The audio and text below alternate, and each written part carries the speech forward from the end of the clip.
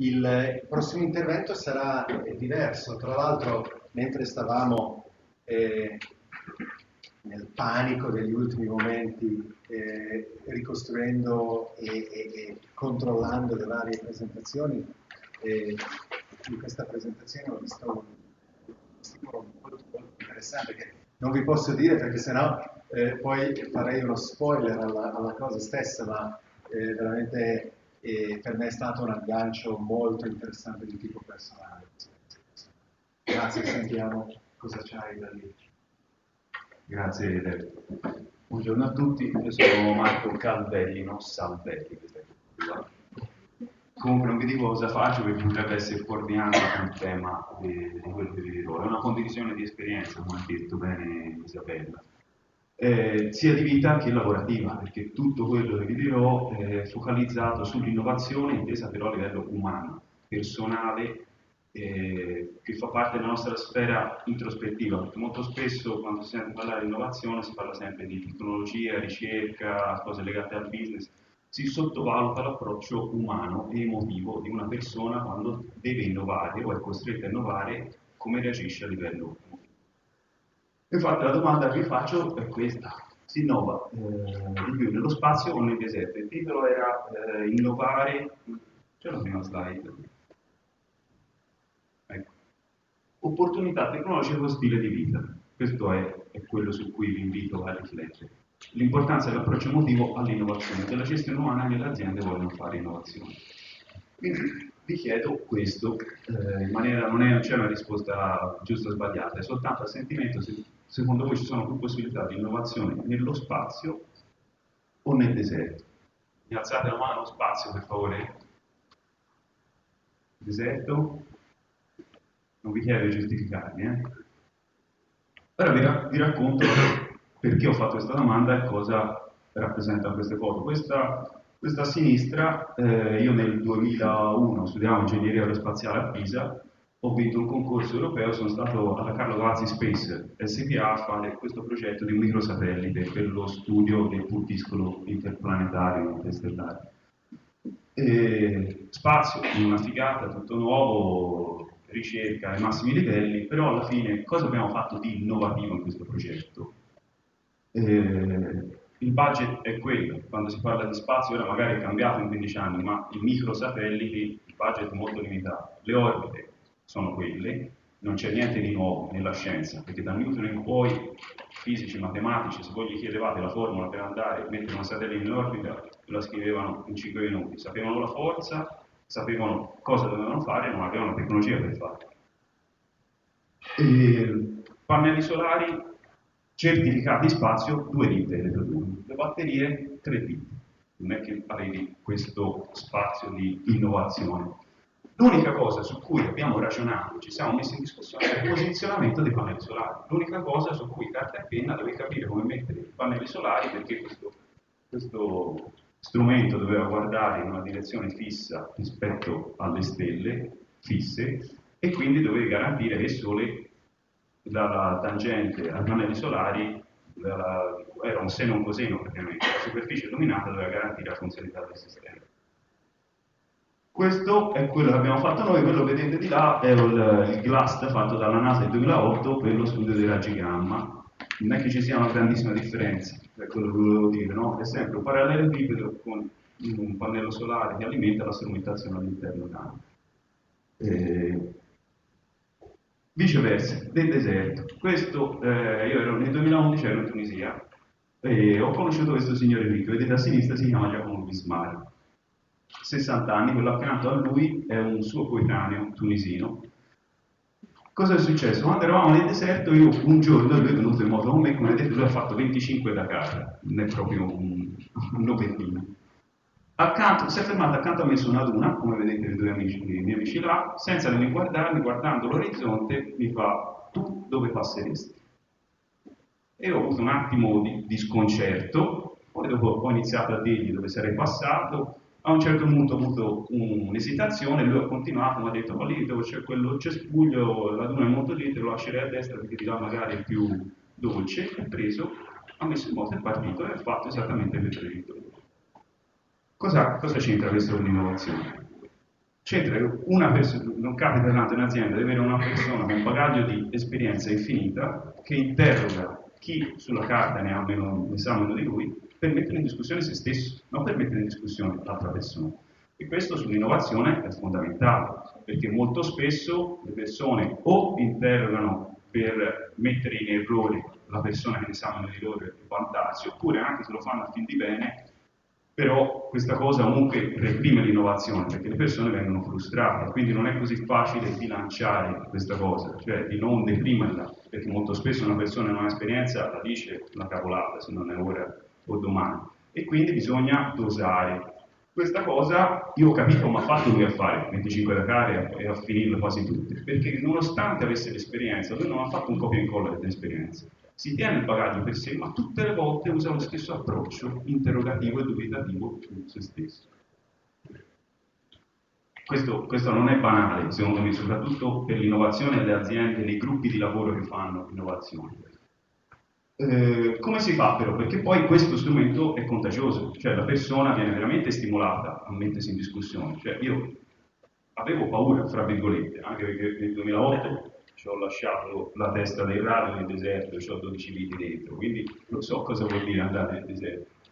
Però stimola il potenziale creativo delle persone. In un gruppo di lavoro dove chi ha tanta esperienza lavora così si sviluppa tanto il potenziale creativo. Come si fa? Perché anche questa è una cosa un po' tralasciata e trascurata nelle aziende e nei gruppi di innovazione. Qui vi racconto un altro episodio abbastanza banale, però questo è una girandola da sabbia, no? Che ora non si vedono più perché i bambini giocano a altre cose. Un po' di anni fa mio nipote, che ha 2 anni, giocava con questo oggetto sapete, aveva quasi 2 anni, i bambini quando chiedono sempre perché all'infinito, no? Quindi io ero giovane studente di ingegneria, figuriamoci una cosa del genere, non ce la facevo più, no? Spiegargli, ho detto guarda la sabbia, senti il peso della sabbia, quando non duri più fatica per tenere la sabbia, quella forza lì fa girare lo strumento. Però lui non gli tornava questa cosa.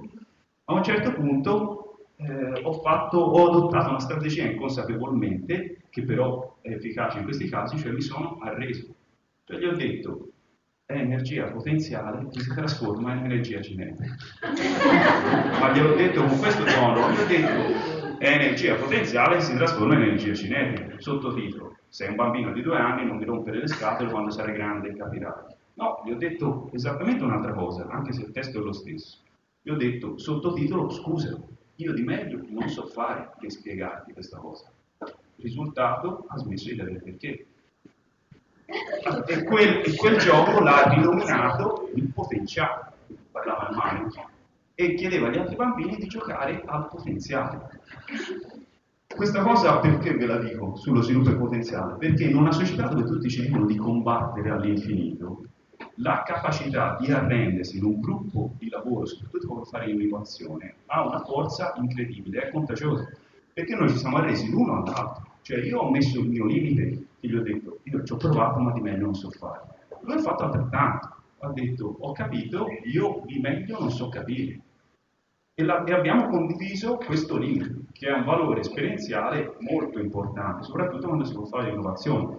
Non è banale perché per fare il concetto di limite è una cosa un po' molto personale, no? Che anche noi non sappiamo come dosare questo limite, cioè qual è il margine di sicurezza che ci teniamo sui limiti. Parlando di limite, io ho messo questa persona, essendo un appassionato di montagna, non so se lo conoscete, però Walter Bonatti è un esempio lampante dell'obiettività del limite. Ora, io ho messo anche l'italiano perché non mi piace l'inglese, è fuorviante secondo me, che dà un'idea quasi negativa del limite, no? È come se il limite me lo pongo da solo, mi sto autolimitando, se non ce l'avessi sarebbe meglio, mentre l'italiano di Bonatti, che comunque sapeva scrivere anche bene, ha una doppia valenza, perché il limite è importante, è l'unica cosa che mi dà un freno, se non ho limiti sono incosciente, non ho un delirio di onnipotenza, no? Invece quest'uomo aveva un concetto di limite esattamente centrato sul suo 100%, e questa cosa anche non è semplice per le persone, no? Perché molto spesso si sta troppo lontani dal limite, oppure ci si illude di poterlo saltare a piedi pari. Invece il relazionarsi con i limiti, innanzitutto lo devo accettare, che è una cosa che socialmente non succede tanto spesso. Poi mi ci devo relazionare e provare un passo per volta a tornare indietro, andare avanti, ci devo giocare con questo limite. Chi lo sa, ve dico solo una, per esempio nella tragedia del pilone del Monte Bianco, lui era a capo spedizione, quando lui ha detto a un certo punto andiamo via, basta. È andato via, ma erano a 100 metri dalla vetta, però dopo un tempo brutto si iniziavano a sentire un po' male, lui ha detto vado via, cioè andiamo via. In 7, 4 sono morti. Il capo spedizione dei francesi sopravvissuti ha detto se non c'era lui moravamo tutti, perché nessuno di noi aveva assolutamente la percezione che da quel momento in poi basta. E in questi stati qui, quando si lavora in alta quota, poco ossigeno, il cervello lavora male, avere questa percezione non è banale. Poi quest'uomo qui, se sapete la sua storia, a 24 anni l'hanno abbandonato sul K2, nella spedizione italiana sul K2, ha dormito senza protezione a 8168 metri, senza ossigeno, senza niente. Lo Sherpa che era con lui gli ha salvato la vita allo Sherpa, che ha perso tutte le dita ai piedi, l'uso di una mano, lui non si è fatto niente. Alcuni suoi libri andrebbero messi come libri di testo, secondo me, nelle scuole. Però come si fa a accettare il proprio limite? No? Fare questo discorso anche lì si parte in un consesso comune, poi devo ammettere, no? Mi devo scoprire, quindi ho bisogno di avere un minimo di fiducia nelle persone intorno a me. E qui vi faccio vedere un'altra cosa. Questo signore che vedete è un cieco, è un mio amico, si chiama Mario, quello davanti sono io. Per 4 anni abbiamo sciato insieme, a 60 anni, a 60 anni sciato da quando ne aveva 8 e ho iniziato a sciare a 36. Noi facevamo gare di gigante e super gigante.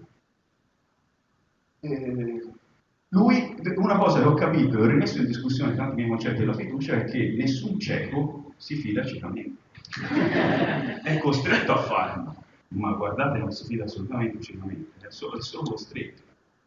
Perché quando me ne sono accorto di questa cosa? Quando abbiamo iniziato a fare le gare, perché lui scia così, questa è una pista rossa là per il Cernisi, quindi non è che andiamo proprio piano. Quando abbiamo fatto la gara e lui sapeva che c'era il palo, è andato in crisi totale. Non riusciva più a sciare. E voi mi direte, è un cieco, non lo vede neanche il palo, come fa ad andare in crisi? Però lui sapeva che quel limite era lì, anche se non lo vedeva, ma era un limite che lui si era posto e sapeva che quel palo c'era. E è andato in crisi su questa cosa. E poi, vabbè, ora non vi sto a raccontare le nostre vicende personali, però il concetto è che io, tra l'altro, su questa cosa ho fatto anche la conference alla Singularity University, che sono stato anni fa, era il titolo Blind Trust. Can we address people passion trends? La fiducia cieca, come si fa a stimolare le persone a appassionarsi a qualcosa? E, contrariamente a quello che si pensa, per me la fiducia cieca è una cosa sbagliata, perché molto spesso, soprattutto nei consessi comuni, anche nei gruppi, quando assegniamo per esempio un compito a qualcuno e siamo perfettamente consapevoli che quella persona sarà in grado di svolgerlo, ma lui non lo è, il fatto di fidarsi in maniera estrema di lui o dargli la pacca sulla spalla nel senso mi fido di te, non è che abbia sempre un effetto positivo, perché la persona già ha paura, sa che non è consapevole di poter fare quella cosa e il fatto che gli altri gli facciano un sorrisino e gli mettano la mano sulle spalle non aiuta sempre, anzi molto spesso fa danno, perché perché la fiducia abbia un valore, deve essere consapevole e responsabile. Quindi quando si arriva a quello che dicevamo prima, ai limiti, a sviluppare il proprio potenziale creativo, siamo in difficoltà, siamo in una situazione di crisi, non posso delegare la responsabilità in toto alla persona, seppure so perfettamente che ne ha le capacità. Perché poi molto spesso succede quando le persone si fidano ciecamente, se poi sbagliate la colpa è vostra. Io mi fidavo, anzi, hai tradito la mia fiducia. Questo è quello che succede molto spesso lavorando, no?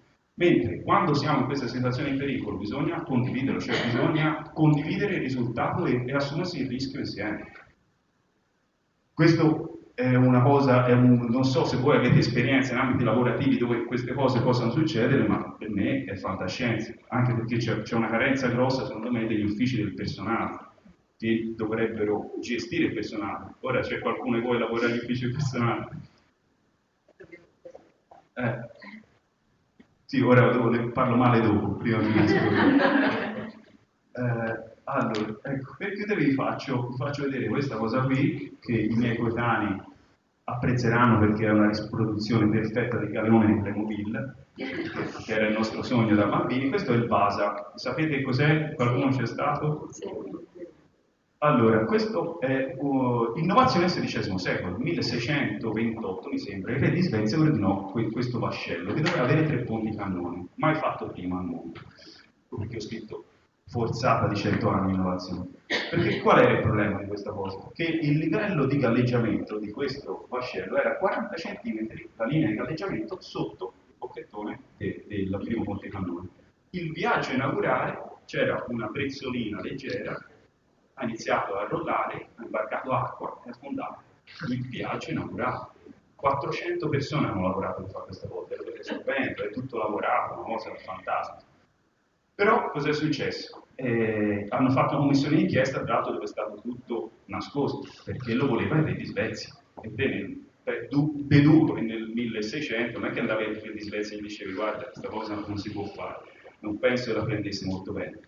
Però quando si forza l'innovazione succede questo, cioè tutto quello che abbiamo visto prima, il potenziale, il limite, la fiducia, se io costringo le persone a innovare, molto spesso il risultato è questo.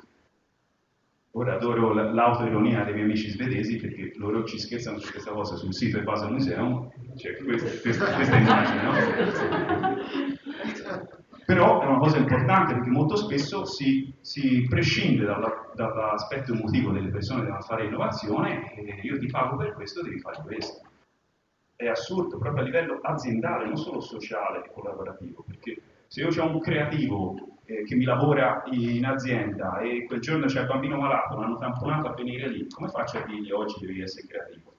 Se lo costringo farà male il suo lavoro, ci metterà più tempo, sarà più stressato e lo farà male. Poi in questo paese bisogna stare attenti, no? Perché poi si rischia, c'è l'altra faccia della medaglia e poi mi arriva quello e mi dice no, io ho il gatto con un'urghia intercarnita, oggi non mi sento, ho lo scoiattolo con la congiuntivite, quindi si entra in un ambito pericoloso.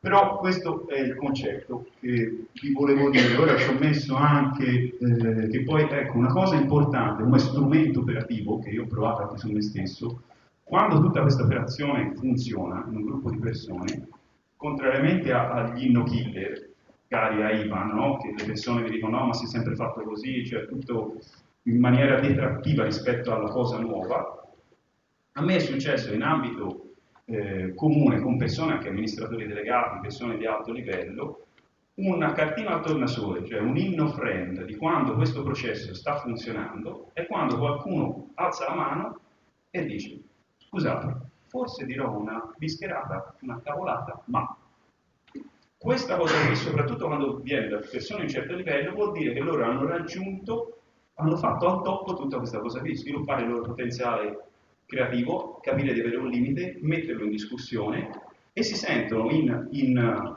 una situazione di fiducia sufficiente per aprirsi a mettere. Cioè sono pronti a sentirsi dire no, una cavolata, ma lo fanno lo stesso.